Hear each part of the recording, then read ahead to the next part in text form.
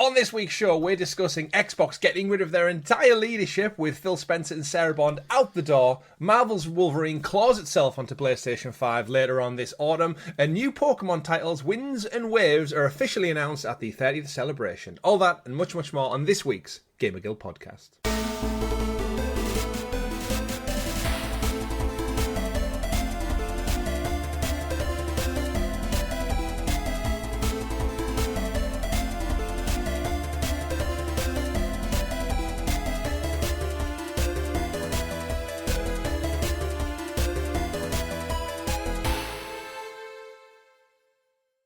Good game, everyone, and welcome back to this week's GamerGuild Podcast, your weekly show where we get together to round up all of the week's video game news for your listening or viewing pleasure right here on youtube.com/GamerGuildTV and available up there in the digital clouds on your podcast platform of choice. Every Monday, 8 a.m, this show goes live, rounding up all of the week's video game news. Your podcast players for the week are myself, Chris, at Arcane Rogue, and the man of many pixels, Mr. Richie. Welcome back. I can breathe. Well, actually, you know what? I hadn't even noticed that. But now you say it, yeah, you're right. The last 10 minutes pre-show, the audio listeners will be thrilled. Their ears will stop burning. For the last month, I've just been bunged up, and now I've got like a steroid nasal spray, which is horrendous. Right. Like, it leaves a horrible taste in the back of your throat, but I can breathe from my nose. Does the job. No, I'm not 100%, but oh goddamn, sleep is good. Congratulations. Welcome to the real world again, where you can sleep. We do have a great show lined up for you listeners and viewers out there, but before we get into all that, don't forget to like the video, subscribe, and ring-a-ding-ding that bell so you're kept in the loop with all the great content we do here, like this very show, like our weekly live streams, which are back with a special spooky stream. PlayStation Retro Hunt, where I dive back into the annals of PlayStation classic history and dig out some retro classics, and of course, this very show, which you'll get early. Richie, I should point out, liking and subscribing, very, very important right now because we are on the cusp of 3,000 subs. We've had a phenomenal start to 2026. You and me don't know how it's happening. We seem to have cracked the YouTube. I don't know whether YouTube have reset their algorithm at the beginning of the year or... I don't know. It's just...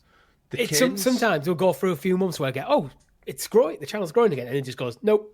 Dead. Stop. Dead. Stops. But I guess we've had a good start with we've had Rayman seemingly done well, Resident Evil's done really well, so it is kind of like a really good start. At the time of recording, we are on 2,992. So 8 sexy bastards need to hit that like button, that subscribe button. Yeah, if you're listening, we do appreciate it. And yeah, you are kept in the loop with more because there's a lot of content heading your way. Speaking of content, Richie, this week's weekly live stream was the one and only Resident Evil Requiem, Resident Evil 9. Gracing everyone's consoles this week. Yeah, I see what I didn't do intentionally there. But we'll put a pin in that because it's part of the news and it's part of what we're talking about, so I don't want to get into that. But go check it out. The live stream is up now for my kind of first few impressions. I have already recorded in the bag, Richie, about 5+ hours of continued streams. So I've got deep into this game, so I want to talk about it.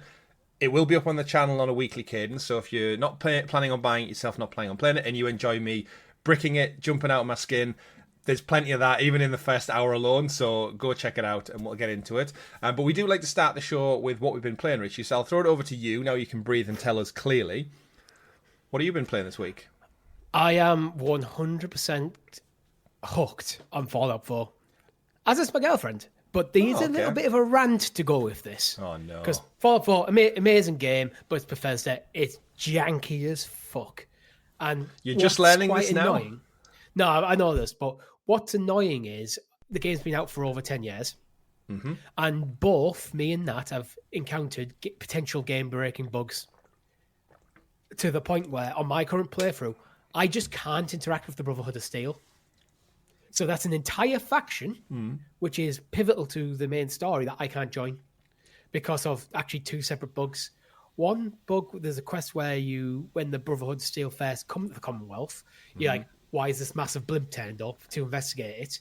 That's completed without me going anywhere near it. Well done. And therefore, the character you're meant to talk to in that base is no longer on the base. He's on the blimp, which you can't get up to. Right. And then another one, there is a Brotherhood of Steel Paladin Dance, who you can encounter naturally, who when you meet him, you fight off some ghouls, then you talk to him, you get a quest to clear out an old police station, then he kind of becomes a companion character for you. he is locked in, like, into combat, and I have done everything I possibly can to get him out of that. Right. So I can't progress that quest. So Brotherhood of Steel, fucked for me. Done. And considering how many times, every time something happens with Fallout, this game gets a huge spike in purchases, and they've got a PS5 version. Bethesda, stick a couple of guys out of your team on fixing the well-known bugs in this game, because these are game breaking. It's a pride thing and a legacy thing. Surely, especially if it's the 10th anniversary, you would think you'd have a bit of. This game still sells. Yeah, fix it. Just fix it. But the bigger rant is for Nat. So there's a side. So in the game, there's bobbleheads. I actually have one, but it's not near me. So I'm not going to go grab it. I'll be a bobblehead. You pick them up, the collectibles, they give you stat boots. One of them is locked in an area which you can only get halfway through a side quest. So this is Nat's first bug. Mm-hmm. She can't progress that side quest because the character she was meant to meet somewhere else, for some reason, seems to be behind the locked door, and she's the one who unlocks the door. Right. So she can't progress that side quest, therefore she can't get the bobblehead, therefore she can't get the platinum. Right. But when she contacted PlayStation, now my rant goes over to PlayStation, who are fucking assholes. She contacted PlayStation. The guy on the stupid web chat thing went, make sure you've got cloud saves turned on, manually update your cloud saves, delete the game, reinstall it. Mm-hmm. She did that, and now her cloud save is gone, and she's back to square one. But when she got back in touch with them, the guy then turned around and went, there's nothing we can do, and just ended the chat. Wow. So, and since then, it's like, I've just remembered as well, because you know how much I hate the fact that online multiplayer is locked behind cloud saves, behind PS Plus. Yeah. Because me and Nat have been talking about potentially jumping into Fallout 76 together, because we've both been enjoy playing Fallout 4 together, but separate saves. Yeah. But that's locked behind PlayStation Plus, which I currently don't have, as is cloud saves. And to be honest, Sony, these are standard features now. So that needs to not be behind the paywall.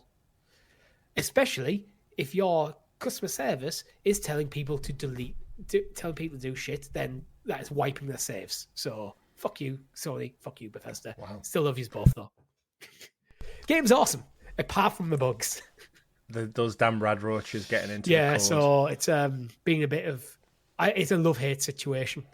See, I thought you would have dabbled in the nostalgia and went back to the Pokémon games that stealth dropped this week.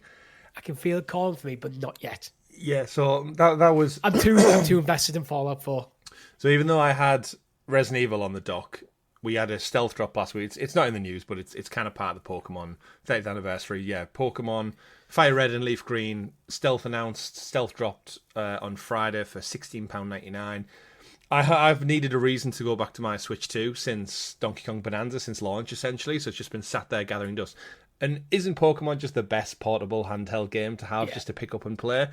Yes, and I've never played Fire Red or Leaf Green, which we must have covered it on the news actually, because you explained to me what the difference was and why I should play it. They're the remakes of the originals. Yeah, which kind of got me. Why is it Leaf Green if Blue was the original, or is that just a Japanese thing?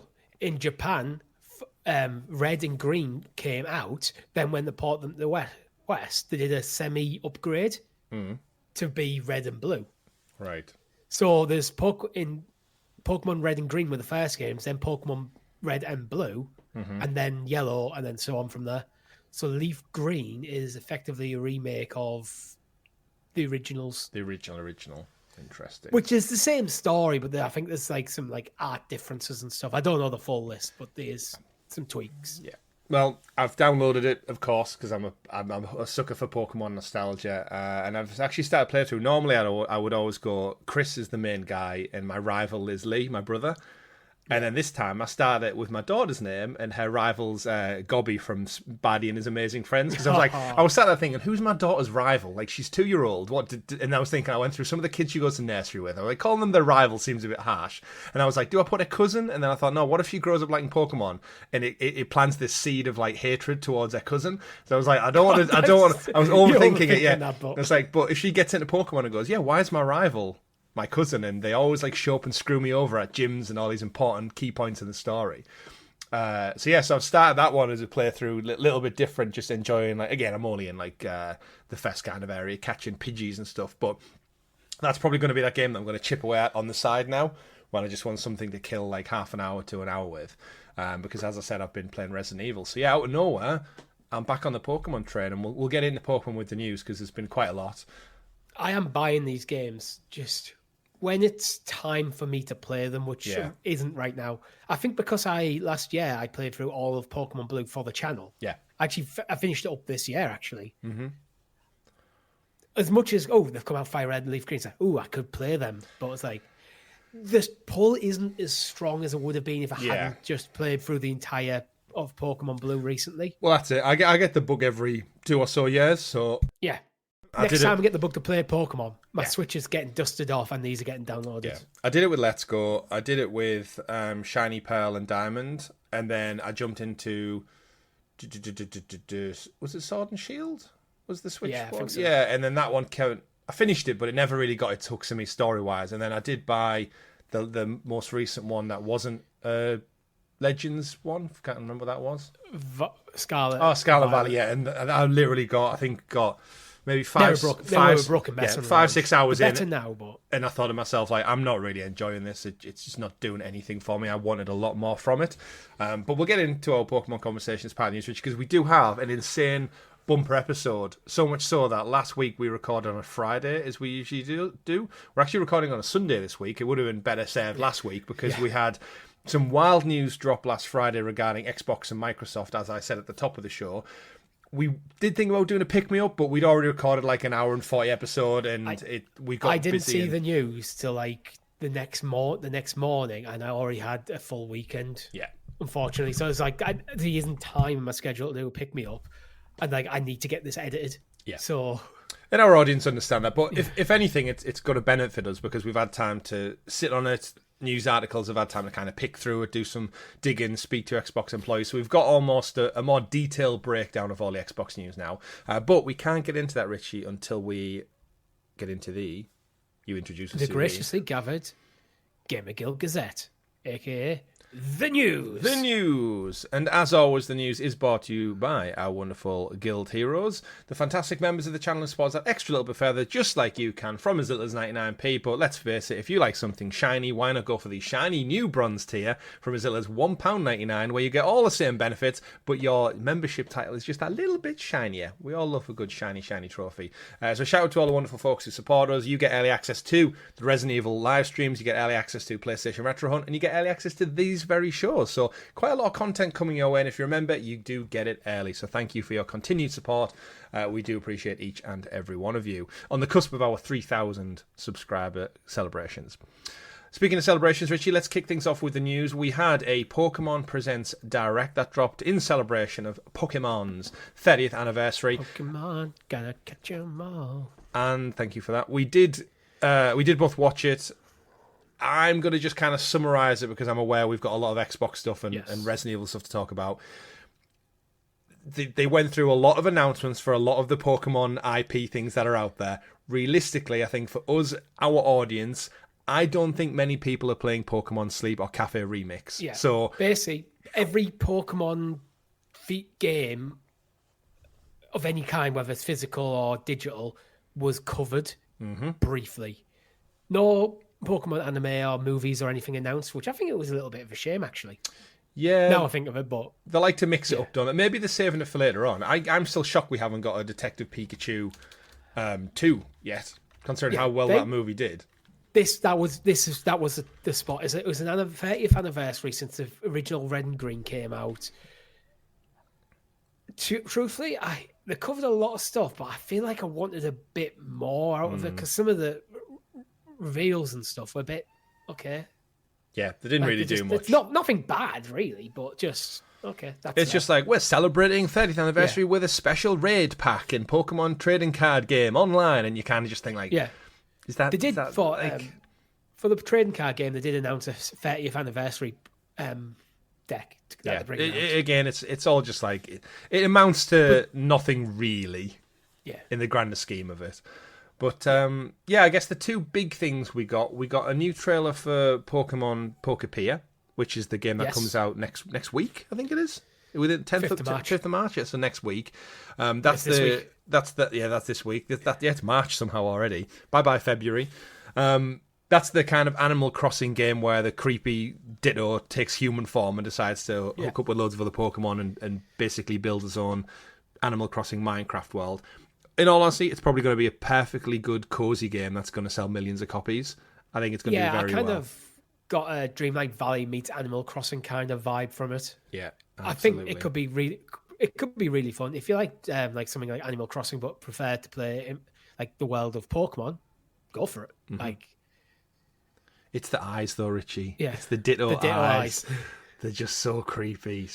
But yeah, we got that one. Anything aside from the big announcement that really jumped out for you? Obviously, we're long time Pokemon fans, but I think we are more nostalgic Pokemon fans than anything right now. I'll blitz through the stuff in order just so we're covered. So they got they brought out a Game Boy themed jukebox for Pokemon Red and Blue game collection with cartridges you put in. It's a weird physical thing. Considering Pokemon Red and Blue's entire soundtrack is on the Nintendo Music app, which is free, which is anyway. Weird enough. Yeah. It's a cool collector's piece if you're into this kind of weird kind of Nintendo collector stuff. Remember, we got the Virtual Boy re-released this past month, so I'm not surprised we got something weird and physical. But it's 45 songs on 45 cartridges. That's the bit that I think was a bit. I see why you've done it. But that means you've got, if you want the entire soundtrack, you have to get 45 cartridges. I don't know how it comes.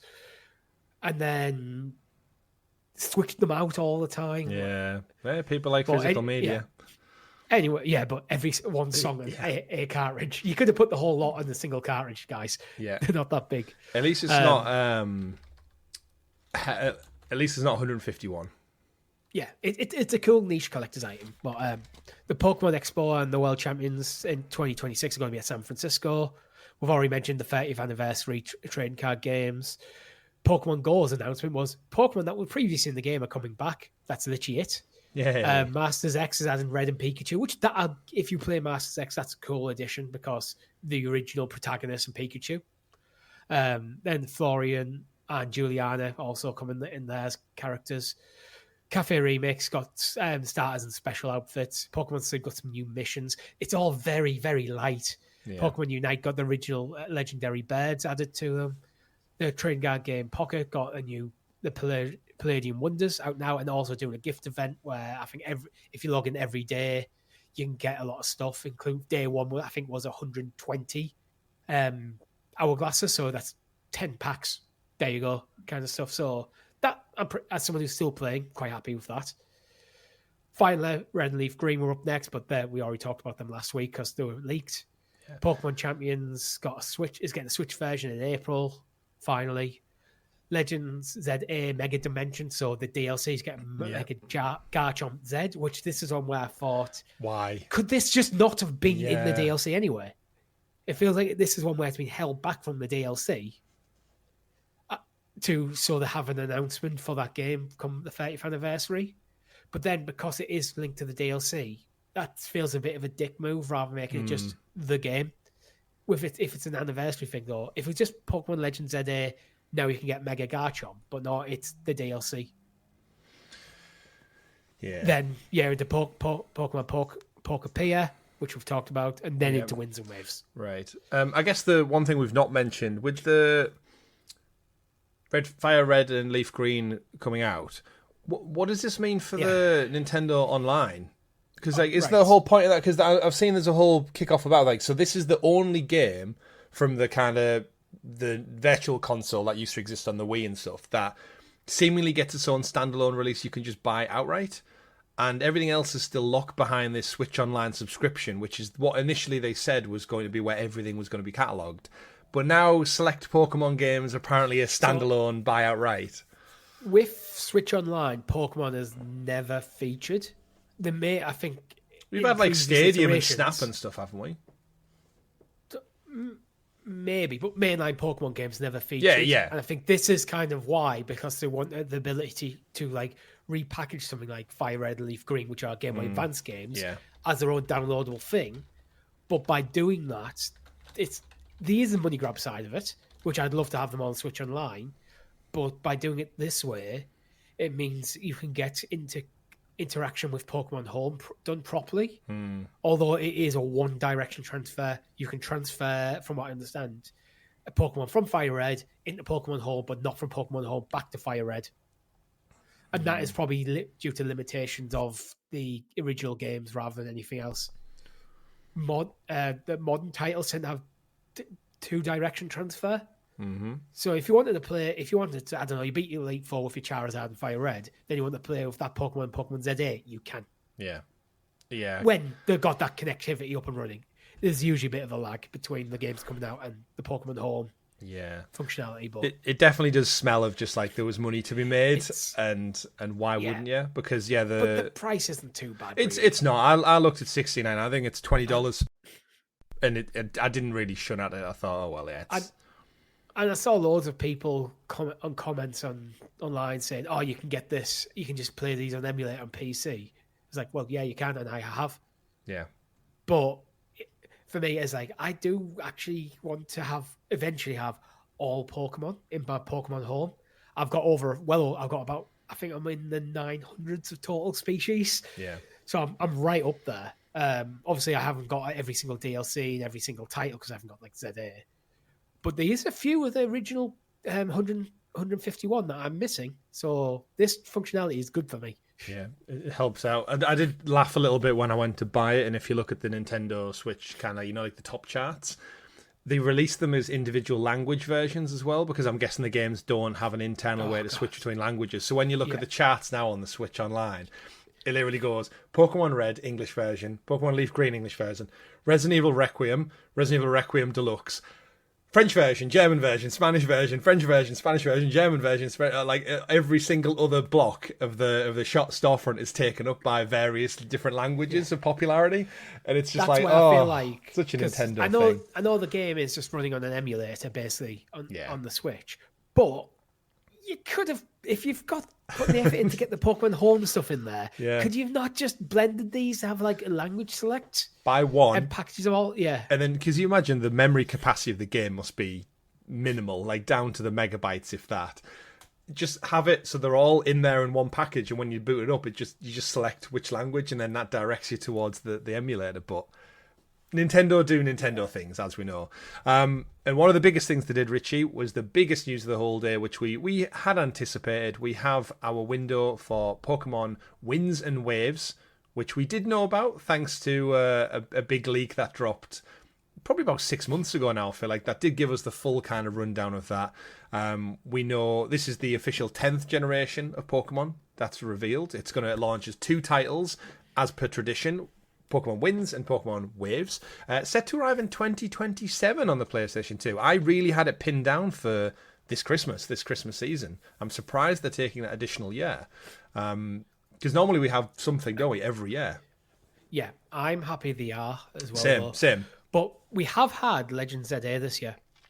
Yes, but not at the Christmas period where I think they usually bundle it in. It's usually in November. Yeah, but they've confirmed the game is going to be set across a sprawling open world featuring a string of islands, including underwater gameplay for the first time, and of course a brand new batch of Pokemon, including 3 new starter choices. We've got a grass-type bird called Brout, a fire-type Pooch, which is basically a Pomeranian, called Pombon, and a water gecko called Gekwa.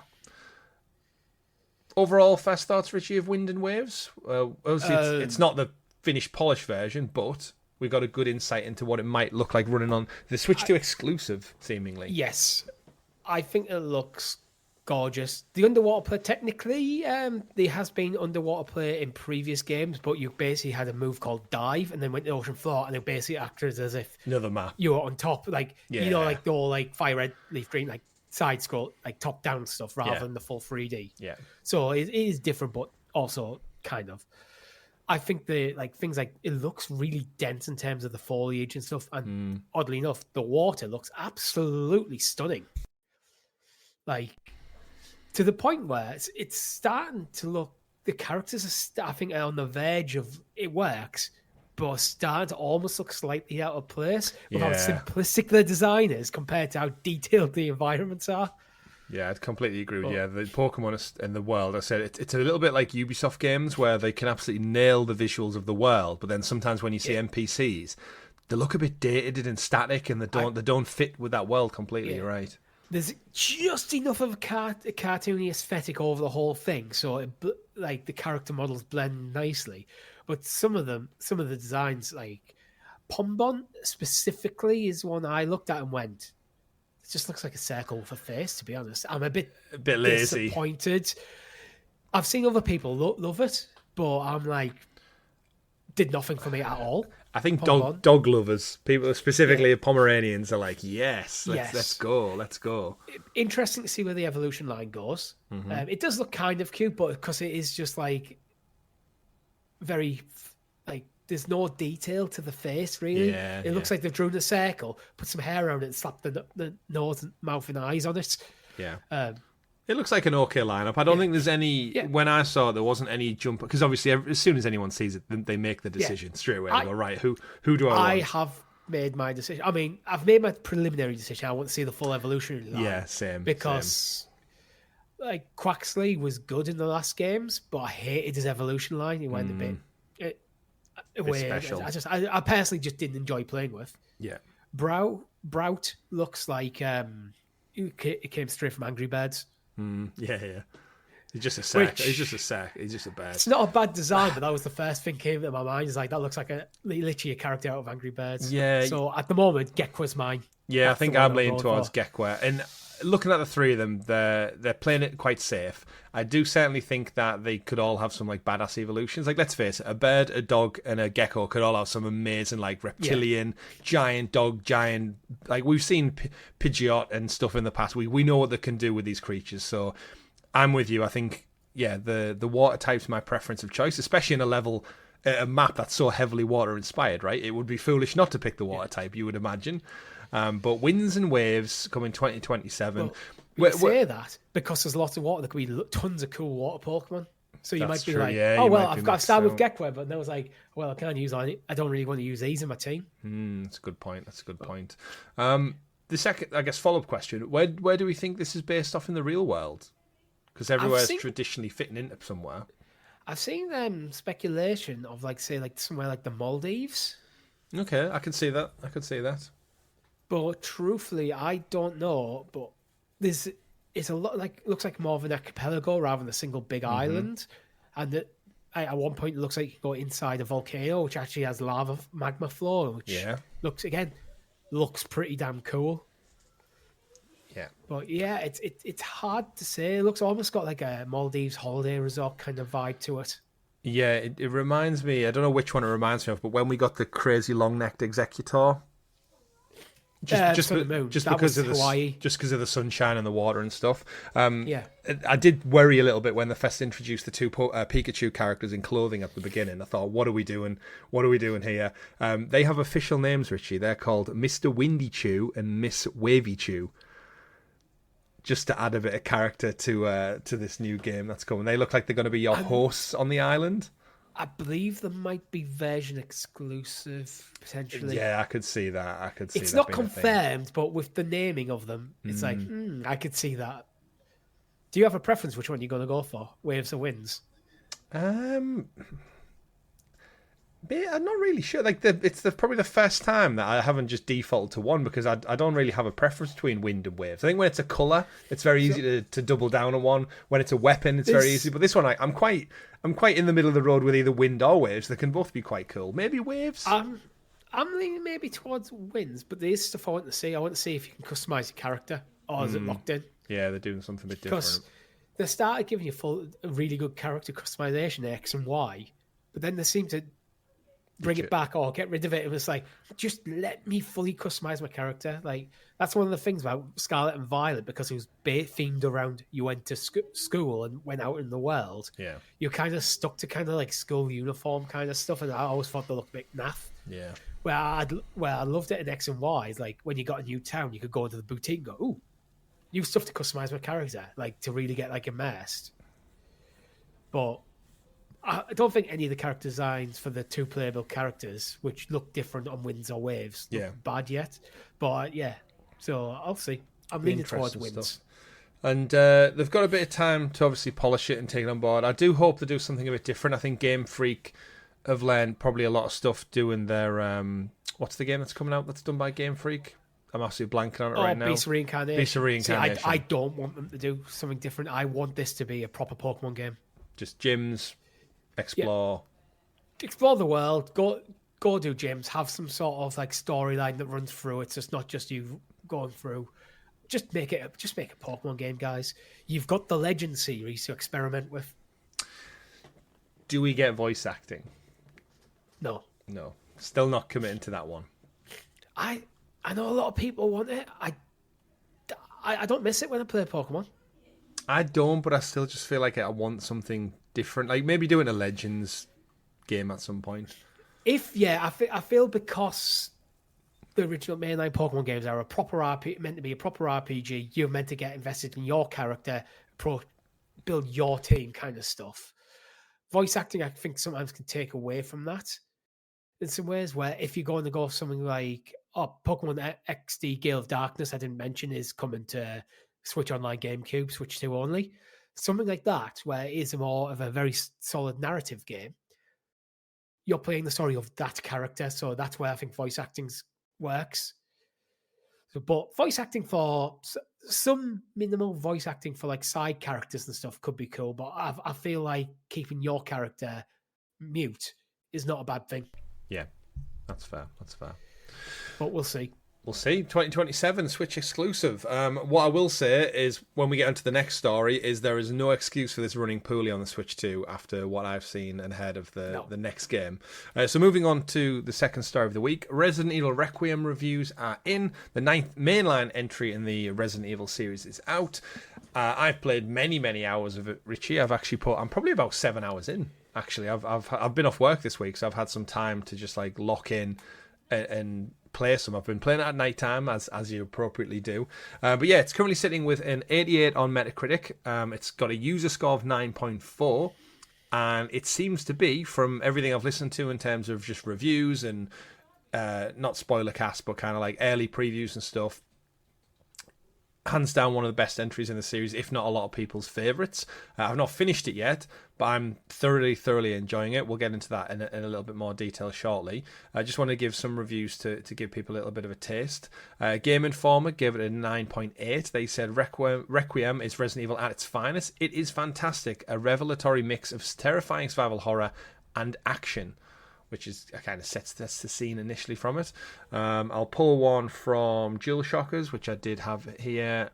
They give it a 90 or a 9 out of 10. They said Resident Evil Requiem is everything Resident Evil fans could want out of the next entry in the series and more. It walks a tightrope of horror and action, but has perfected this balance in a way that delivers a heart-stopping, adrenaline-pumping good time, regardless of what kind of Resident Evil fan you are.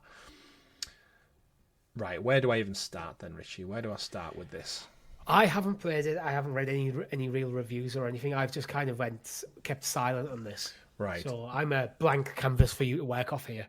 So you know my history. Everyone on the channel knows my history. So I've never really played the games growing up. However, you, me, and Tom really got into them when they came to Stadia, when we covered that on the channel. We played through Biohazard together as a collective. We played through Village as a collective as well. And I really enjoyed them, because that was the kind of Resident Evil reboot of the world. It was first person. It was a little bit different. It was trying to shake things up a bit. But to critical acclaim and well received sales, it's kind of revitalized the franchise, and that was in tandem with the remakes, right? We got RE2 remake, RE3 remake, RE4 remake, all received very, very well, using the RE engine to make this game look. These games, I should say, look stunning and beautiful and modernized. They've got PS5, PS4 releases, so you can play them on current gen to the absolute max. And Capcom, quite frankly, have just been killing it, haven't they? What this does is it's almost like a merging point of the franchise. You can play any parts of the game in first person and third person, so it does perfectly merge those two perspectives into one.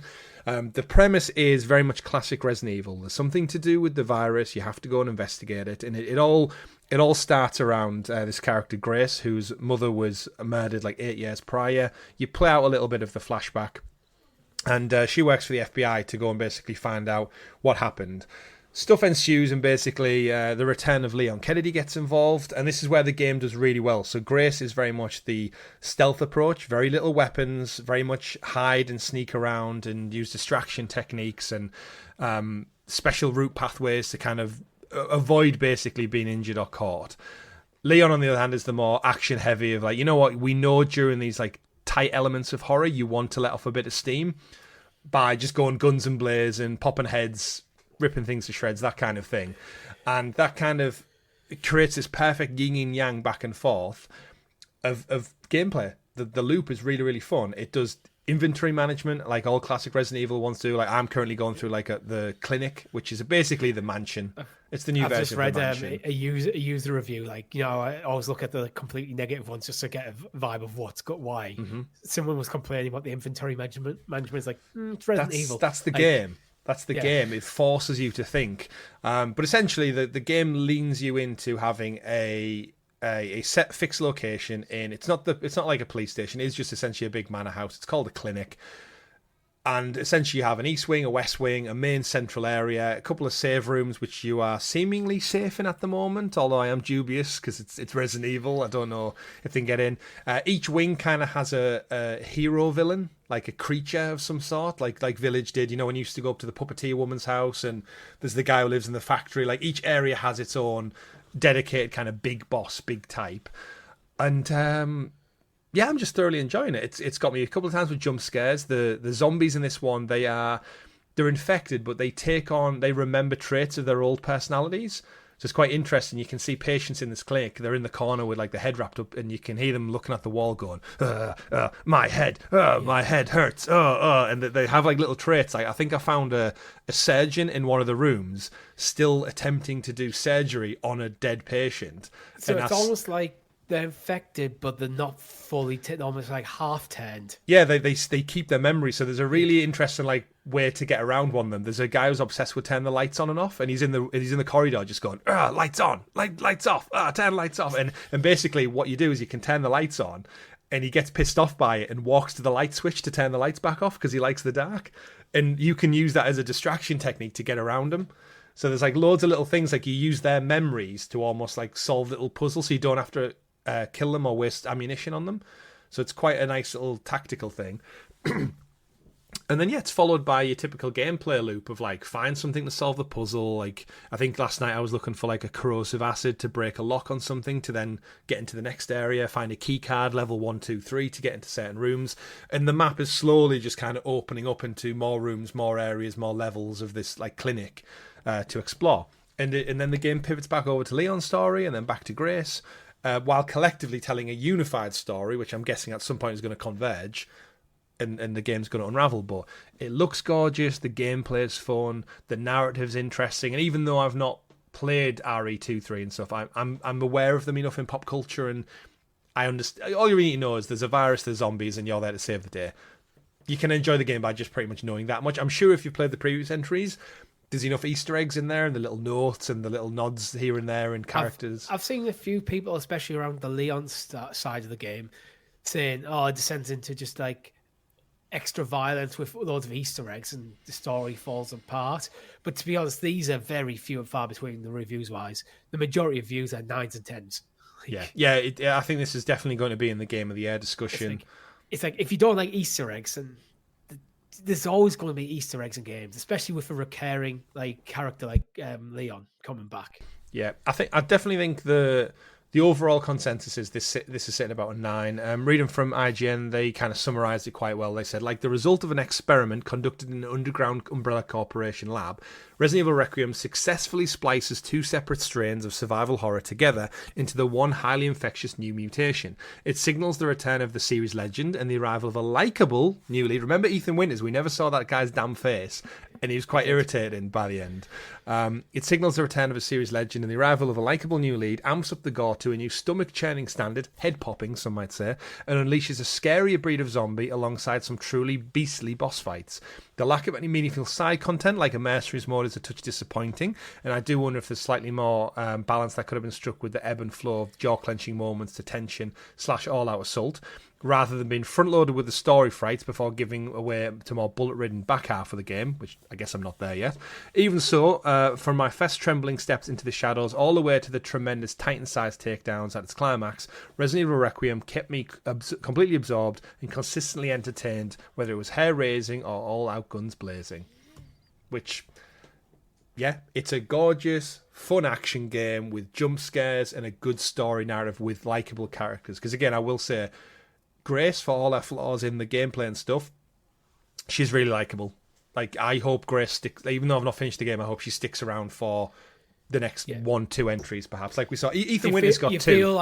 You feel like she's become like a potentially new fan favourite, where Ethan Winters is fine, but I don't he was think never a fan favourite. He's not a beloved character. He was fine. Yeah, you never saw his face, really. He just mourned all the time. People enjoyed his games, but not him.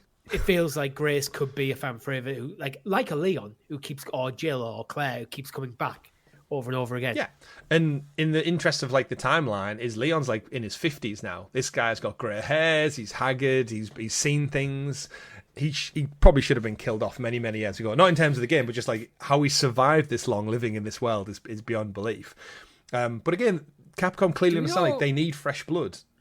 Do we know where this sits in like the timeline? Does this sit after Village? Yeah, it's all chronological. So most of the RE timeline is basically from 1996 all the way through. It's pretty much canon. So this is taking place, like a lot of the notes, I think Grace's mum died in 2018, according to the notes you find, or when the flashback happens. So this is very much in and around 2026, 2027 timeline period. So Leon's back. He's a grumpy old man now, but he knows how to do things. And I will say, Richie, it's not really a spoiler, but it's in the game. One of his... You know, like how Clint Eastwood has a Magnum, what is it, Magnum? 44 Magnum? Yeah, the most powerful handgun in the world. It's a Desert Eagle. Yeah. The gun is called the Requiem. Yeah. And it is badass. Like, this thing's firing out like rounds that must be like the size of my hand. And it is satisfying to use. It breaks your wrist if you use the gun. Ammo completely scarce, as you can imagine. So it's definitely like a specialized weapon. But going from being scared to having the empowerment of I've crafted enough stuff to be able to make one Requiem bullet is like... I've got the Requiem, but I've got 3 bullets, so I will only use it when I absolutely need it. Literally 3 bullets. That's survival horror, though. Yeah. And it's fun. It's great. Like I said, I'm about 5 hours in. The content's probably going to trickle out up on the channel as well. And I'm really enjoying playing it. I know I've been waiting pretty much all this year to get into a big AAA game, and I'm glad it's finally here because I've been wanting to jump into something.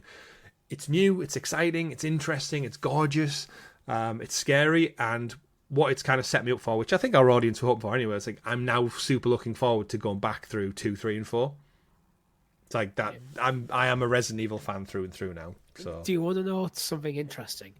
Take a guess at what are the top 3 games by Metascore for 2026. 2026? Oh. Yeah, top 3. I can't even think of what we've came out. Resident Evil Requiem. Yes, that's number 1. Number 1. I don't think you're going to get it. But... I can't even think of what's came out that people have been loving so far. Well, I'm going to give you number 2 because it's a game you've probably never heard of. It's a game called Mugenics from the creator of Binding of Isaac and Super Meat Boy. Okay, no, I hadn't. I've heard of those 2, but not this particular one. Yeah. In at number 3, take a guess. I can't even think on the spot of what games have came out this year. Resident Evil 7, Biohazard, Gold really? Edition. Yes. Wow. Resident Evil has got the 2 of the top 3 slots. And Biohazard. Village is down at 23. Wow. So Resident Evil have got 3 releases this year, although 2 of them are Gold Edition, so I'm not sure if you count them in the top 25. I just thought it was an interesting... I just wanted to see where Resident Evil Requiem was sitting overall far this year. I was expecting it to be like 1, to be honest. Mm-hmm. But yeah, comfortably number 1. Again, it's a great franchise that stood the test of time. It really has.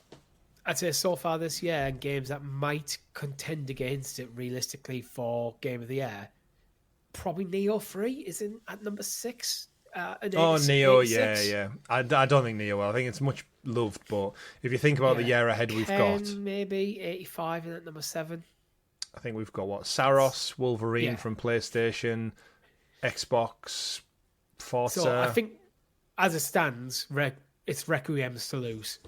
It seemingly at this moment in time, yeah, absolutely. Can't wait to play more. I'm going to play some more tonight. Looking forward to talking about it more, but definitely, I think even for yourself and Nat, I think this is one that you both thoroughly enjoy playing through, either side by side or individually as well. It's like, I know you're not a huge Resident Evil fan either, but I think there's enough DNA of like The Last of Us, and from what you know of Resident Evil already, and just like graphically, it's so damn gorgeous. It's almost like you're going to want to play it just because how good it looks.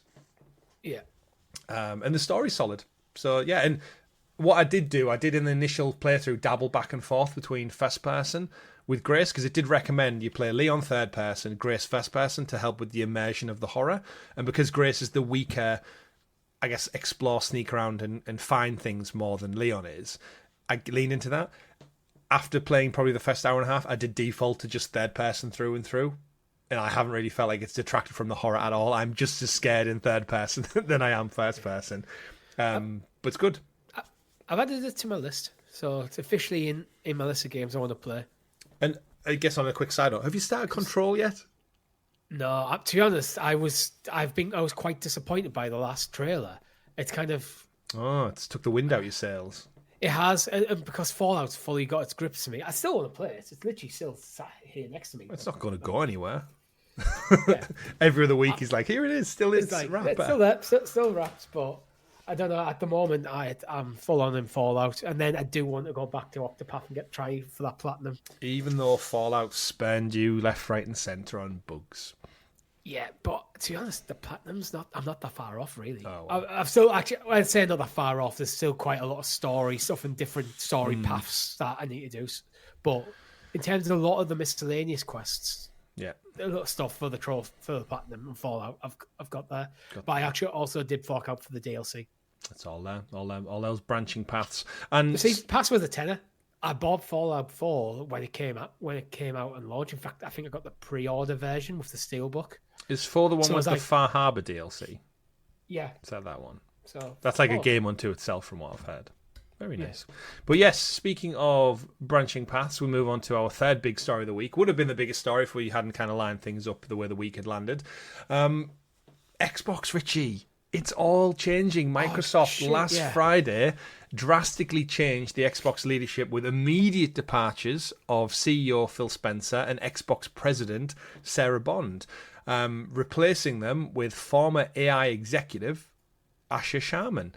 And I should clarify, AI executive Asher Sharman, it's a real human being, because I've seen so many articles covering it. It reads as though they've both been replaced by an AI executive, like an artificial person.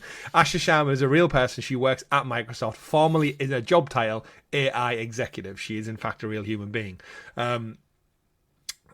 There's so many threads to pull on. What I wanted to do, Richie, I guess, is start with the official Microsoft blog, because I think that kind of sets the tone. And then we'll branch out into why we think the tone's utter bullshit, and we'll read deeper into it and everything else. So this is from Satya Nadella, who is a man. I want to point that out for anyone who thought Satya Nadella was a woman. Any foolish people out there, myself included. Reading from the blog. So remember, this unravelled Friday night at maybe like 8 p.m. UK time, give or take. We'd recorded, logged off, and then our Discord chat was popping off with like, oh my word, Microsoft are clearing house. So reading out loud. Satya Nadella's message says, gaming has been a part of Microsoft from the start. Flight Simulator shipped before Windows, and you can practically ray trace a line from DirectX in the 90s to the accelerated compute era we're in today. As we celebrate Xbox's 25th year anniversary, the opportunity and innovation agenda in front of us is expansive. Today we reach over 500 million active users, are a top publisher across all platforms, and continue to innovate across gaming hardware, content, and community in service of creators and players everywhere. I am long on gaming and its role at the centre of our consumer ambition, and as we look ahead, I'm excited to share that Asher Sharman will become Executive Vice President and CEO, Microsoft Gaming, and report to me. Over the last 2 years of Microsoft, and previously Chief Operating Officer at Instacart and Vice President of Meta, so a little bit of thing there. Asha has helped build and scale services that reach billions of people and support thriving consumer and development ecosystems. She brings deep experience building and growing platforms, aligning business models to the long-term value and operating at scale, which will be critical in leading our gaming business into its next era of growth. Matt Booty will become Executive Vice President and Chief Content Creative Officer, reporting to Asha. Matt's career reflects a lifelong commitment to games across people. I won't go too much into Matt's because we all know he's been there many, many years and across many franchises. Together, Asha and Matt have the right combination of consumer product leadership and gaming depth to push our platform innovation and content pipeline forward. Last year, Phil Spencer made the decision to retire from the company, and since then we've been talking about succession planning. I want to thank Phil for his extraordinary leadership and partnership. Over 38 years at Microsoft, including 12 years leading gaming, Phil helped transform what we do and how we do it. He expanded our reach across PC, mobile and cloud, nearly tripled the size of the business, helped shape our strategy through acquisitions of Activision, Blizzard, ZeniMax and Minecraft. King, the important part missing there, and strengthened our culture across studios and platforms. I've long admired Phil's unwavering commitment to players, creators and his team, and I'm personally grateful for his leadership and counsel. He will continue working closely with Asha to ensure a smooth transition. It goes on, and we'll break out into, I guess, the other messages as we do, because all the big players have left messages, bar one, which we'll also get into. Richie, just an overview snapshot. Yeah. In the 25th anniversary year, did we see any of this happening at this moment in time? No. It's the timeline from announcement to Phil Spencer, Sarah Boyd leaving is was the biggest part of this, what I call utter bullshit. Over the weekend. I can absolutely see Phil Spencer making the decision last year to retire. Mm-hmm. But I feel like there would be a longer-winded retirement plan, which would have, with how ingrained in the branding of Xbox Phil Spencer is, he would have probably, I could see him doing a farewell tour of all the big game like outlets, like the IGNs, etc. Just because he does these tours anyway. Yeah. Like, do a bit of a farewell tour, and we would have been told about his retirement date in advance. With the nature of who he is, Sarah Boyd leaving all of a sudden also leads to they go, okay, we've accepted Phil's retirement, we are retiring now. Like, it feels, as much as Xbox are saying they haven't been pushed, it very much feels like they're being pushed. Yeah, there's so much to read between the lines here for me, and you're right. I think the timing of it all. They have said we should say that Phil is staying on as a consultant, or he said something else to basically help the transition into new leadership. So he's going to be there in an advisory role. However, I do not believe Phil's been there for that long. He's the big head honcho, and Sarah Bond, and this is their 25th anniversary year. They don't want those two characters around to celebrate in the 25th anniversary and then maybe hand the reins over after the celebrations and announcements. Once you get the big Halo drop, possibly new hardware, now is a time to say, right, I'm going to hand the reins over. I feel in Phil Spencer, Sarah Bond, I feel like was getting groomed to take over from Phil Spencer. Yeah, absolutely. Phil Spencer, successor. I feel like, as part of the 25th anniversary celebrations, that his retirement announcement would have came out. Mm-hmm. And it's like, right, I've made the decision over the, like, at the end of the celebrations, I've made the decision a while back. Over the next year, I'm going to be taking less and less responsibility, handing this over to Matt and Sarah. Yeah. To kind of to take over the reins while I'm phased out. Yeah. I think the obvious glaring omission from all this is obviously the weekend turnaround. You do not get rid of your CEO over a weekend.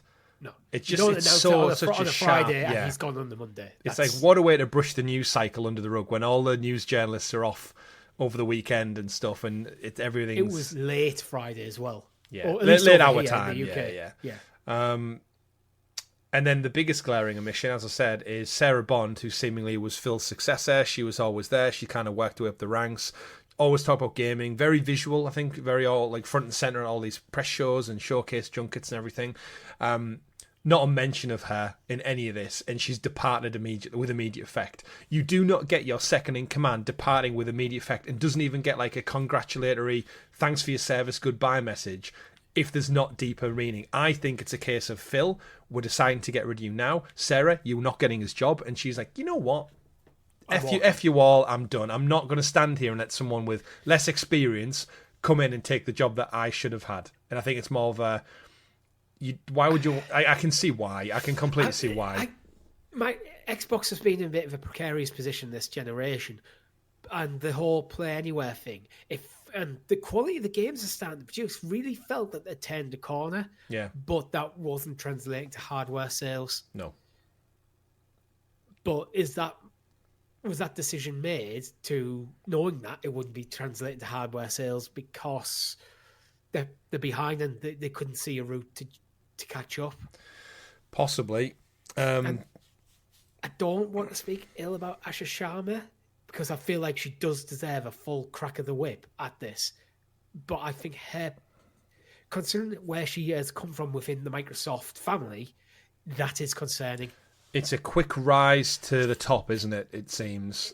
It's not even a quick rise for me. It's AI shite, because I don't like AI. I think it gets in the way. AI largely gets in the way of people with talent doing their jobs properly. If you have talent, you don't use AI. I hate AI. I hate Google search now because I just have to scroll past like half a page. Would you like an AI shite. summary? Yeah, big tech is just cramming AI down our throats and looking for excuses to use it rather than they're not looking to solve problems. They're looking for excuses. Save money to use their solution. And it feels like putting an AI exec in terms of in head of Xbox, although she has said, to her credit, that she's not going to be pushing AI hard. How long does she hold her nerve on that before, if the money's not coming in, does she revert to what she knows?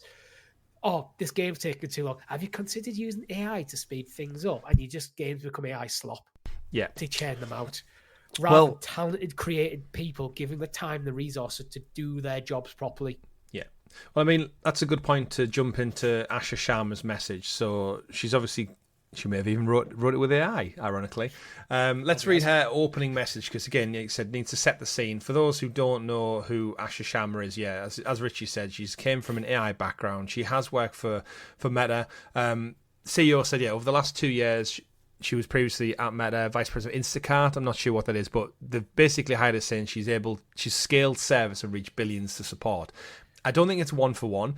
In her role, she oversees the team and technologies that power AI across Microsoft and its enterprise customers, spanning critical infrastructure, foundation models, end-to-end tool chains for building, managing, and deploying AI in agentic applications. Her portfolio includes Azure AI Foundry, Azure OpenAI Service, Azure Machine Learning, Responsible AI, AI Search, customizable APIs, Azure AI Services, and she also leads applied engineering, computer engineering, and growth for Microsoft's core AI division. All of that means jack shit to me. I have no clue what she does other than it actually mirrors a lot of what we saw with Google Stadia. If it looks like a lot of internal promotions because you lead on projects that seemingly launch well but don't have... Yeah. She got in on the AI team, and she's had the right personality to excel in that team, and she's just went up because of AI has exploded. Yeah. That's why I question with her, like, how quickly she's rose.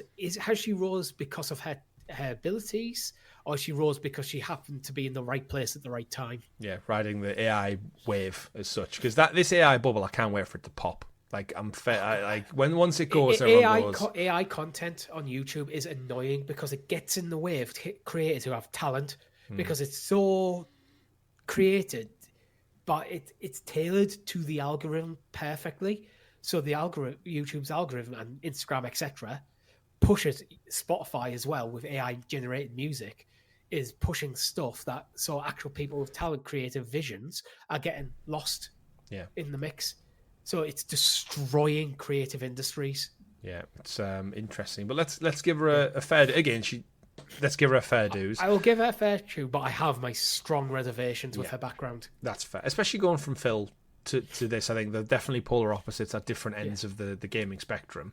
Asha Sharman's message as part of the Microsoft blog says, "Dear team, today I begin my role as CEO of Microsoft Gaming. I feel two things at once, humility and urgency. Humility, because this team has built something extraordinary over decades. Urgency, because gaming is in a rapid period of change and we need to move with clarity and conviction. I'm stepping into work shaped by generations of artists, engineers, designers, writers, musicians, operators, and more who create worlds that have brought joy and deep personal meaning to hundreds of millions of players. The level of craft here is exceptional and is amplified by Xbox, which was founded in the belief that the power of games connects people and pushes the industry forward. Thank you to Phil for his leadership and to every studio, platform and operations team that built this foundation. We are stewards of some of the most loved stories and characters in entertainment and bring players and creators together around the fun and community of gaming in entirely new ways. My first job is simple: understand what makes this work and protect it. I've seen people rip that bit apart, that she doesn't understand what the work required already is when she's about to step in the role. But again, going back to what the start of this conversation, the speed of this, absolutely, she hasn't had time to do her due diligence on the team. Absolutely. It then starts with her 3 commitments. First, great games. Everything begins here. We must have great games beloved by players before we do anything. Unforgettable characters, stories that make us feel innovative gameplay and creative excellence. We will empower our studios, invest in iconic franchises, and back bold new ideas. We will take risks. We will enter new categories and markets where we can add real value grounded in what players care about the most. I promoted Matt Booty in honour of this commitment. He understands the craft and the challenges of building great games, has led teams that deliver award-winning work, and has earned the trust of game developers across the industry. Second, the return of Xbox, suggesting they've been away. We will recommit to our core Xbox fans and players, those who have invested with us for the past 25 years, and to the developers who build the expansive universes and experiences that are embraced by players across the world. We will celebrate our roots with a renewed commitment to Xbox, starting with console, which has shaped who we are. It connects us to the players and the fans who invest in Xbox and to the developers who build ambitious experiences for it. Gaming now lives across devices, not within the limits of any single piece of hardware. As we expand across PC, mobile and cloud, Xbox should feel seamless, instant and worthy of the communities we serve. We will break down barriers so developers can build once reach players everywhere without compromise. Butchered that last bit. And third, future of play. We are witnessing the reinvention of play. To meet the moment, we will invent new business models and new ways to play by leaning into what we already have: iconic teams, characters, and worlds that people love. But we will not treat those worlds as static IP to milk and monetize. We will build a shared platform and tools that empower developers and players to create and share their own stories. As monetization and AI evolve and influence this future, we will not chase short-term efficiency or flood our ecosystem with soulless AI slop. Games are and always will be art, crafted by humans and created with the most innovative technology provided to us. The next 25 years belongs to the teams who dare to build something surprising, something no one else is willing to try, and have the patience to see it through. We've done this before, and I'm here to help us do it again. I want to return to the renegade spirit that built Xbox in the first place. It will require us to relentlessly question everything, revisit processes, protect what works, and be brave enough to change what does not. Thank you for welcoming me onto this journey, Asher.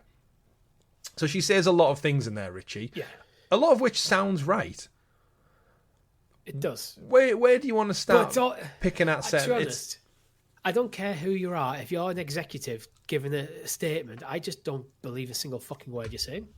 Because you have to give a statement and you've got to make it look good. Do you think she wrote it? Actions I care. I'm not saying AI, but I think there's a lot of keywords. I think she's drafted it, and then other people in the team will have had some input. Probably Matt Booty, who's just been promoted to head of content, may have looked over. Phil Spencer may have even overlooked this a bit. Because, as you said, Phil Spencer staying on as a consultant. Yeah. But that, for me, is just perfectly normal in any sort of workplace. Someone may write a statement, but if you're a big public figure, you're not just going to write a statement, put it out into the world. Other people are going to go through the checks to make sure you're not saying anything you shouldn't, not saying something that, especially because she isn't a traditional gamer, she's been honest about, she's not going to put out a statement that is going to piss gamers off. She's going to rely on the gamers and their team to go, does this sound okay? Is this going to start a shitstorm? Yeah. But at the end of the day, it's executive speak, and it means nothing until we see action. on it. And I think that's where Phil always got a lot of additional praise. And Sarah Bond and Matt Blue, like, they were first and foremost gamers. Like, you can go and look at Phil's Xbox gamer tag, and he's right up there with some of the biggest achievement hunters. He plays games. You don't have to be a gamer to succeed in this role. No. But it helps. It helps understand your audience. I think there's a lot of things she said in this statement which do ring true. A lot of it is almost that kind of tongue-in-cheek. I do feel like admitting that they've not been doing the right thing, but at the same time, when I read this, I think, well, Phil and Sarah Bond could have led this charge. Same going back to the Renegade Xbox. I feel like Phil Spencer never really wanted to put exclusivity on Game Pass and break that mold, and yet the powers that be higher at Microsoft seemingly force his hand. Remember when he sat on stage and said through Grimace about multiple titles going multi-platform, and he was like, we'll see what it means for the other things. But then now that dam's broke, like, I think he knew the importance of exclusivity, and now that's gone. The rumours is that it was kind of Sarah Bond more pushing the always Xbox, everything's an Xbox kind of thing, Yeah, that was her kind of campaign. And it's not worked, arguably, and maybe that's why she was out. Yeah. Maybe she was going to be the next successor, but Xbox has been heading in the wrong direction for such a long time. Do you change leadership? And I can, on another side of a coin, I can see why they maybe didn't think Sarah Bond was the right choice. It is just hard to look behind the lack of experience in Asha and her lack of understanding of this industry as to why you might be concerned. That everything's an Xbox campaign was Sarah Bond's thing, and the whole like getting rid of Xbox exclusivity on games was kind of something part of her brainchild, her vision for Xbox going forward. Add in Game Pass, which is, to be honest, it's probably questioned at this point, because in terms of the finance of it, if they're looking at that and going, this model isn't working, we don't feel like this is the long term, and that's what she staked her reputation on. Yeah. But then if Phil was planning to retire anyway, maybe that's unfortunately why they've made the decision. Is like, it's time to just cut them both. Yeah. There's also that kind of big thing that Satire and Microsoft gaming, Big Daddy Microsoft, that we always need to remember that Xbox is a cog in a much bigger ship. Yes. System that at the end of the day, Satire overviews and sees everything, and if it's not making money or it's not doing so, remember they spent a lot of money on Activision Blizzard King in the billions that they'll be wanting to start to see a return on. And I think if their tactics haven't been working, and they haven't been for many years, as much as Phil and Sarah are likable characters, as a pure business decision, if you're their boss, you must look at their output and go, it's heading south. We've spent billions and it keeps getting worse year on year. Hardware down, game sales down. What is happening? Yeah.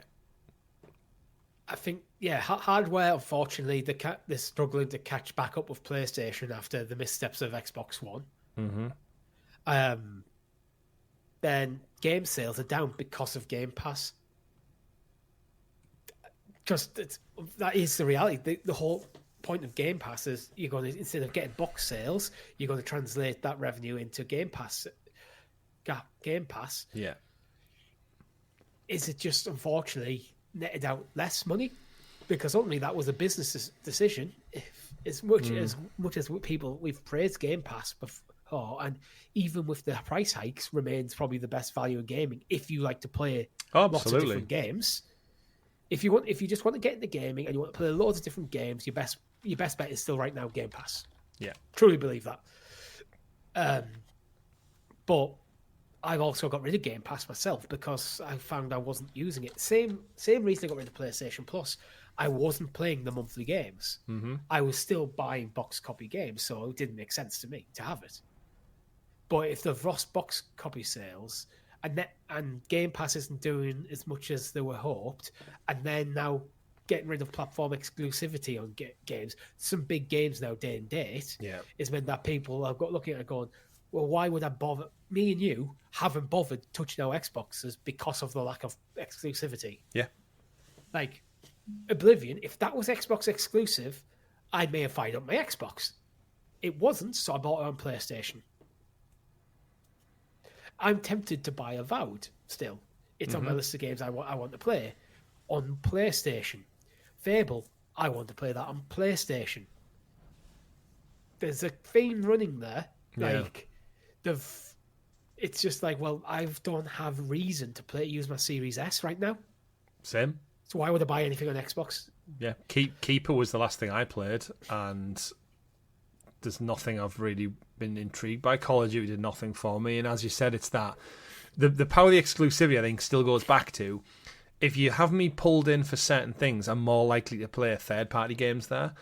And I'm at that point where any third-party game, I'm always going to play on my PS5. Always, Yeah, always. There's no reason for me not to, because I prefer the trophy support, because that's where I've built up my catalogue of trophies. I prefer my back catalogue of games is bigger there, because that's where I've been for the longest time. And that all comes down to, in the PS3 era, I wanted to play Uncharted, I wanted to play The Last of Us, I wanted to play Infamous, rather than what Xbox is offering. And that's just kind of kept going on and on and on.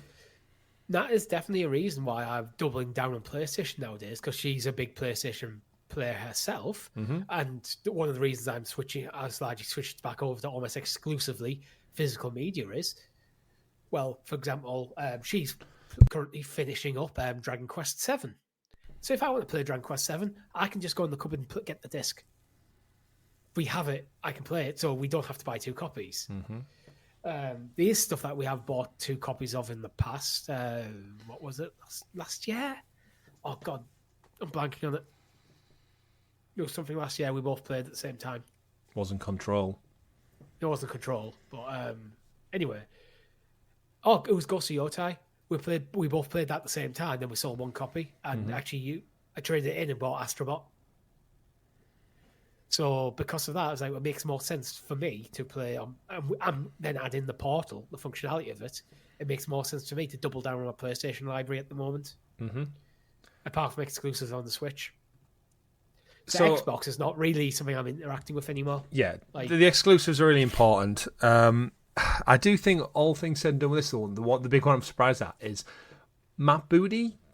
He seems like the one who probably should have went the most, like, without sounding too harsh and critical. He's been in charge of the gaming studios for many, many years now, and it's down to his leadership, seemingly, why they've hit that like, the cadence may be good now, but that whole struggle they had from the Xbox One generation through, where they just weren't putting out any games to pull people in, that was on him. And he seems to be like stumbling his way through promotions, where now Phil and Sarah have gone.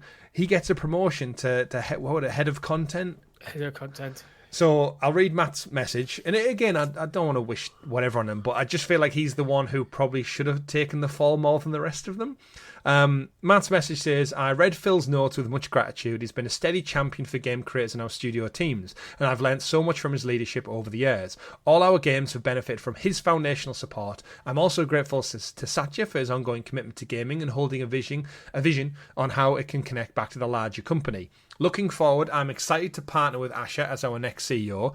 Our first conversation centered on her commitment to making great games and the role that plays in overall success. She asks questions, pushes for clarity, and wants our choices grounded in players and development needs.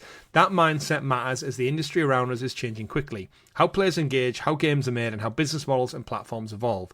We have good reason to believe in what's ahead. The organisation and its franchises have navigated change for decades, and our strength comes from teams who know how to adapt and keep delivering. That confidence is grounded in a strong pipeline of established franchises, new bets we believe in, and clear player demand for what we're building. My focus is on supporting the teams and leaders with what we have in place and creating conditions for them to do so to make their best work. To be clear, there are no organisational changes underway for our studios. Thanks for everything you do for players for each other.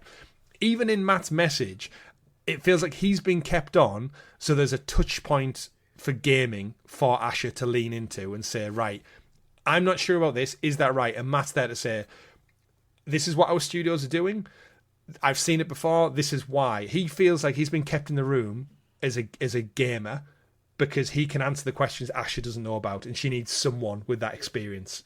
If they got rid of him as well, executive level, who is also a gamer. Yeah, and I think if they got rid of Matt as well and put another random person in place, I think Asher would struggle from actually knowing what is right and wrong, even though these studios could be saying, we need more time, we need more money. Gaming, all the creatives who make our wonderful games that she talks about so passionately. If you don't know gaming, I could see someone from outside looking in and go, why is it taking so long? Why doesn't this sell as well? Why? And it's like, without really understanding, like, you and me know gaming can be anything from one week to the next. You can have Arc Raiders doing mega successful, and then games like High Guard falling on its face. there's no real rhyme or reason as to why, because on paper they're both good games, you would think. There's an inherent zeitgeist that if you're not a gamer, I just don't think you get it. Honestly, do you think there's something to be said from, because what we've praised Xbox over the last year is arguably the quality of... They had a bit of a rocky patch at the start of the generation, but it always felt that the games were just round the corner. Yeah. And we have turned that corner. Do you think that's been the saving grace? But is he also being propped up by things like the success of things like Call of Duty, like Starfield eventually is like, it was a bit rocky at first, but it's a solid Bethesda game. The drop of Oblivion, is he getting propped up by like Activision Blizzard and then also things like Bethesda, which are largely self-ran? And while also having things like Forza also being like always going to be rock solid. The anticipation for things like Fable. Yeah. Like, what do you call them? Obsidian have done some good stuff, although they have recently come out with sales problems, saying that didn't sell as well. But that's kind of worrying, like these games have been reviewed well. Mm-hmm. So as head of content, it's like, well, the games are good. The problem isn't the games. Like, is that not, kind of... Yeah, I mean, you could argue saying, like, we're not selling the games because of either the Game Pass model or the hardware user base is so small through other errors that they're not selling them because there's no one to sell them to because no one has an Xbox. Yeah. Like, obviously, 30 plus million people have them, but you know what I mean in comparison to PS5 and such. Games like Call of Duty and Starfield. Look, I'm playing Fallout 4. Like, games like this probably massively skew the numbers because these are big games anyway, but some people put thousands of hours into them, not hundreds. Yeah. Like, so it's interesting there. Like, it certainly is. It's going to be a wild ride. It still is. It's just annoying that I felt like Xbox. Okay, we can see the direction of travel, and I, as someone who likes to play Xbox games but largely plays on my PlayStation, I'm happy with this direction of travel. Yeah. Well, it'll be interesting to see where they go. Let's kind of bring it to a close with Phil Spencer's message, and then. Well, actually, we'll do Sarah Bond's, and then I think it's right we probably end with Phil's message. So Sarah Bond, although, again, thinking the timeline things, I don't know if you picked up on it in all the news cycle, Richie, but she actually had LinkedIn posts talking about server tests just hours before this announcement. So that just shows you how maybe short of a turnaround this was on the Friday evening. But she's gone. Reading from her statement in full that she put out, this wasn't via Xbox, this was via LinkedIn. In the statement, she said, "I'm incredibly proud of what we've built together over the past 8 years. PC and cloud gaming are growing faster than ever. Our next console is well underway, and together we've helped lay the foundation for a more open gaming platform that spans devices and reaches players around the world." When it's interesting that even though she's left immediately, she says we. We, and also... Our first team. Line is mentioning PC, cloud gaming, and console. Yeah, emphasising her drive. When we announced our intention to acquire Activision Blizzard in 2022, I committed to helping lead Xbox through what would be a critical period of change. Over the past 4 years, we've navigated that moment together and positioned the business for what comes next. We took some of the biggest challenges this organisation has ever faced and did it as one team. I feel like even in those two paragraphs, you can read between the lines of like... It's not me. It's saying she's... It's us. All the work she's done. I'm part of it. Yeah. I'm not absolving myself from the direction of travel, but it's not just me. It sounds like, though, it reads as though like we have prepped for what the future gaming looks like, and it's ready to go, and then she's been kind of took off the podium at the last second before they're about to leave the kind of the starting lineup. With that... I've decided this is the right time for me to take my next step, both personally and professionally. We're living through a transformative technology era that will shape the next generation of our industry, and I'm energized by what's ahead. This moment also presents a unique opportunity for fresh eyes and new leadership to guide the team into its next chapter. I've had the privilege of spending time with Asha over the last few weeks. Bear in mind, they said this has been planned for months. It's interesting she's only been spending time with her recently as we've planned for this transition. and I've seen firsthand her deep commitment to our players, developers, and brand. She brings deep technology and commerce experience, along with strong track record of building and scaling platforms that the world uses. Xbox deserves this. I'm excited to see her lead this next chapter for our team.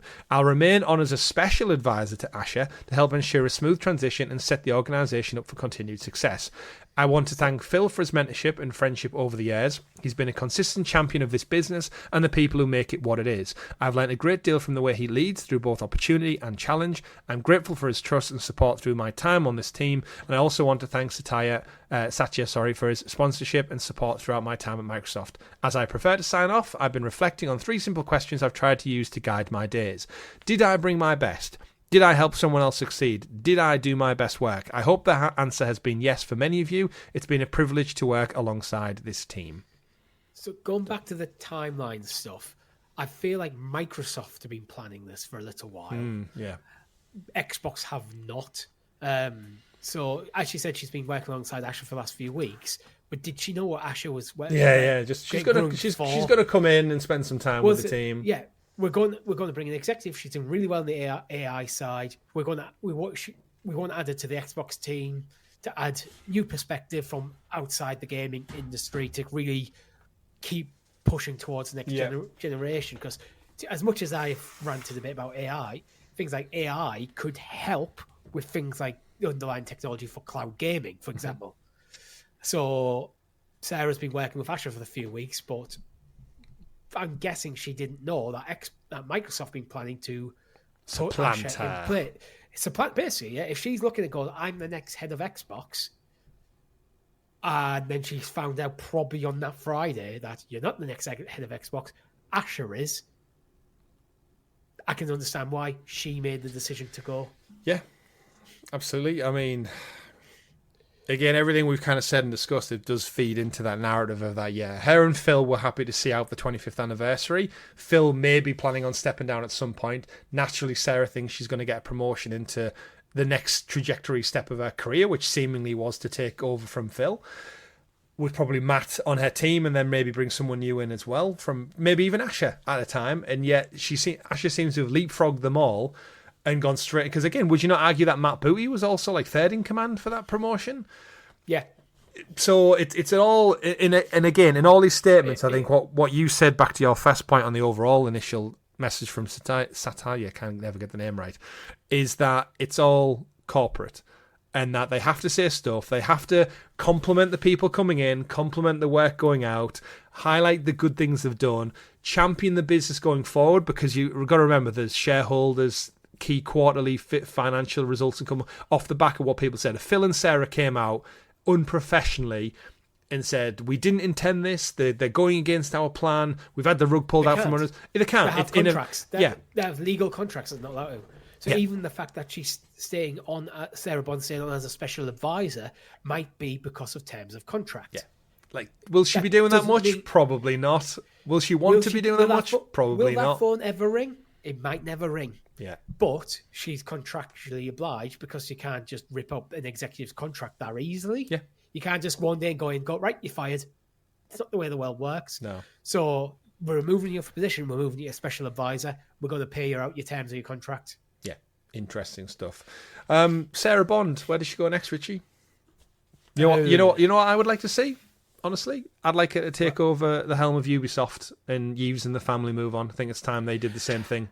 That's a good move, that, actually. I hadn't thought of that one, actually. She's got experience, she's got youth on her side still, she's got credibility, and she has a lot of connections in the gaming world that I think, for all the Ubisoft doing, I think they like Microsoft seemingly, they need a fresh start, and I think moving the Guillemot family name on, whether that's in just put them in the background or not, I think they need new optics from a side. I think Sarah would be a great fit for that. Yeah, she could be. It'd be a good move. I think it'd be a good move for Ubisoft. And plus, she's been involved in cloud gaming. Ubisoft likes a bit of cloud gaming. Yeah. She could help Ubisoft kind of finally realise that vision truly. Being a new head of Ubisoft, because Yves Guillemot has to go.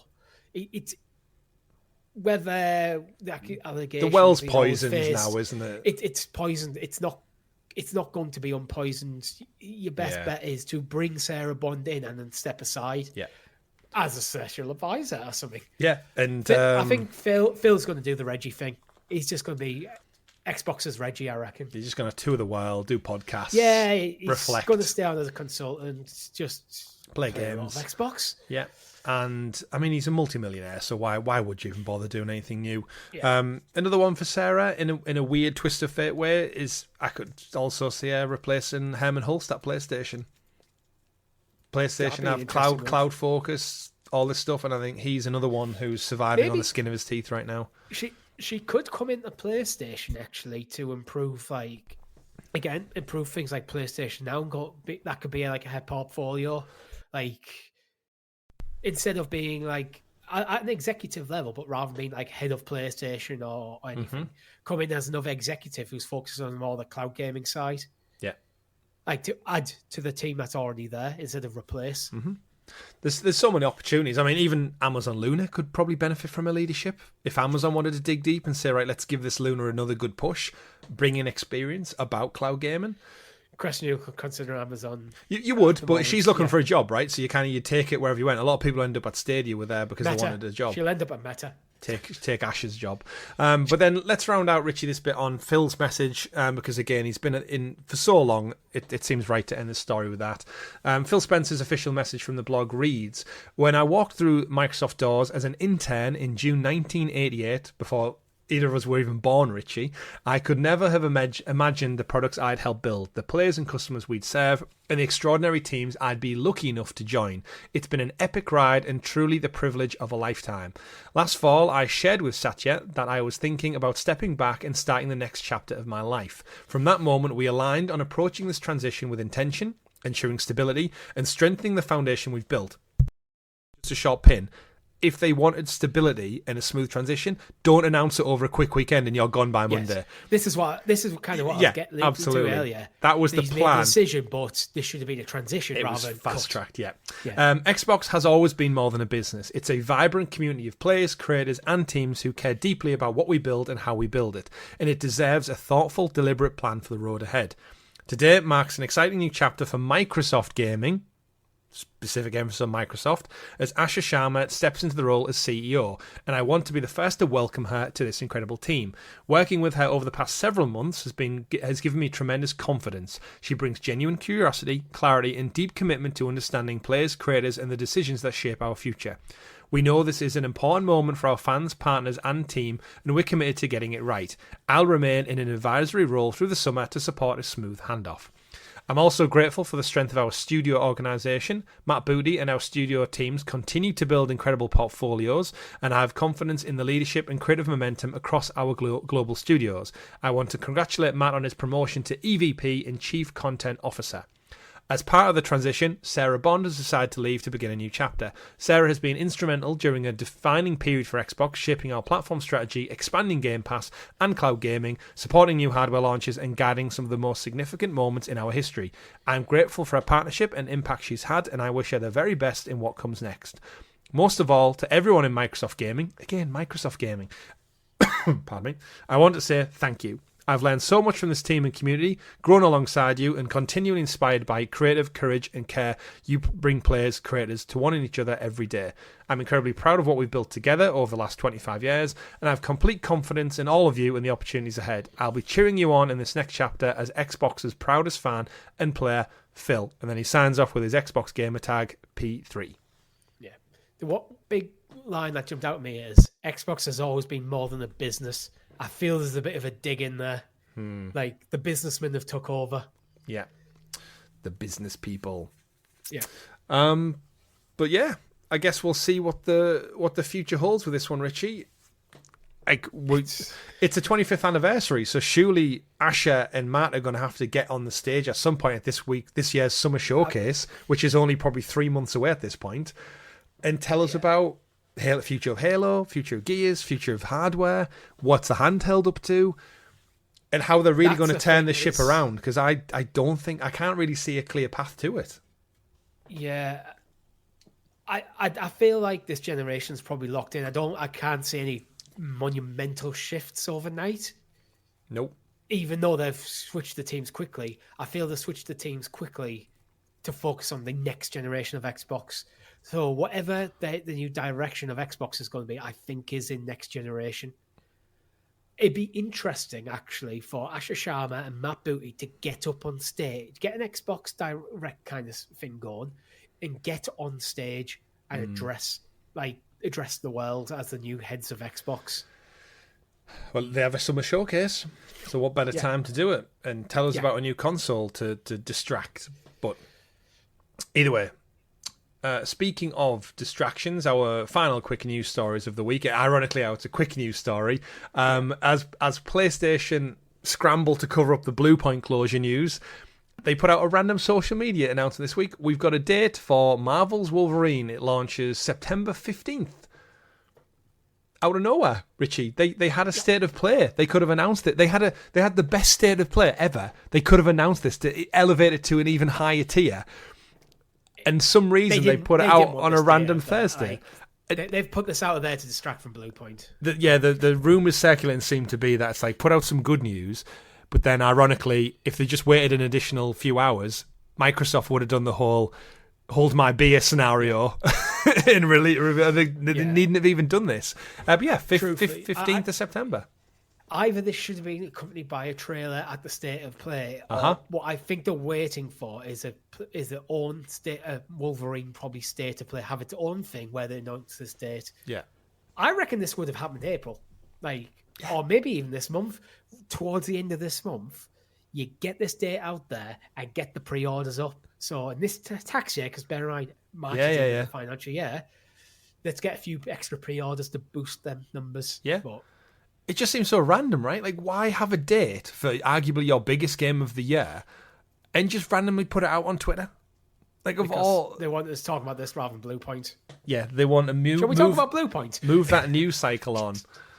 I don't think we've even got time to talk about Bluepoint. We'll probably come to it in a future one. Yeah, we'll talk about it next week if the news doesn't change. There's basically been a good bit of investigatory journalism done into the now ex-Bluepoint employees, and they've spoke about the projects that they're working on, the projects that they pitched, how far they got, the God of War fiasco, and yeah. But I think we've gone quite deep on a lot of stories this week, so we'll talk about them in the future episodes.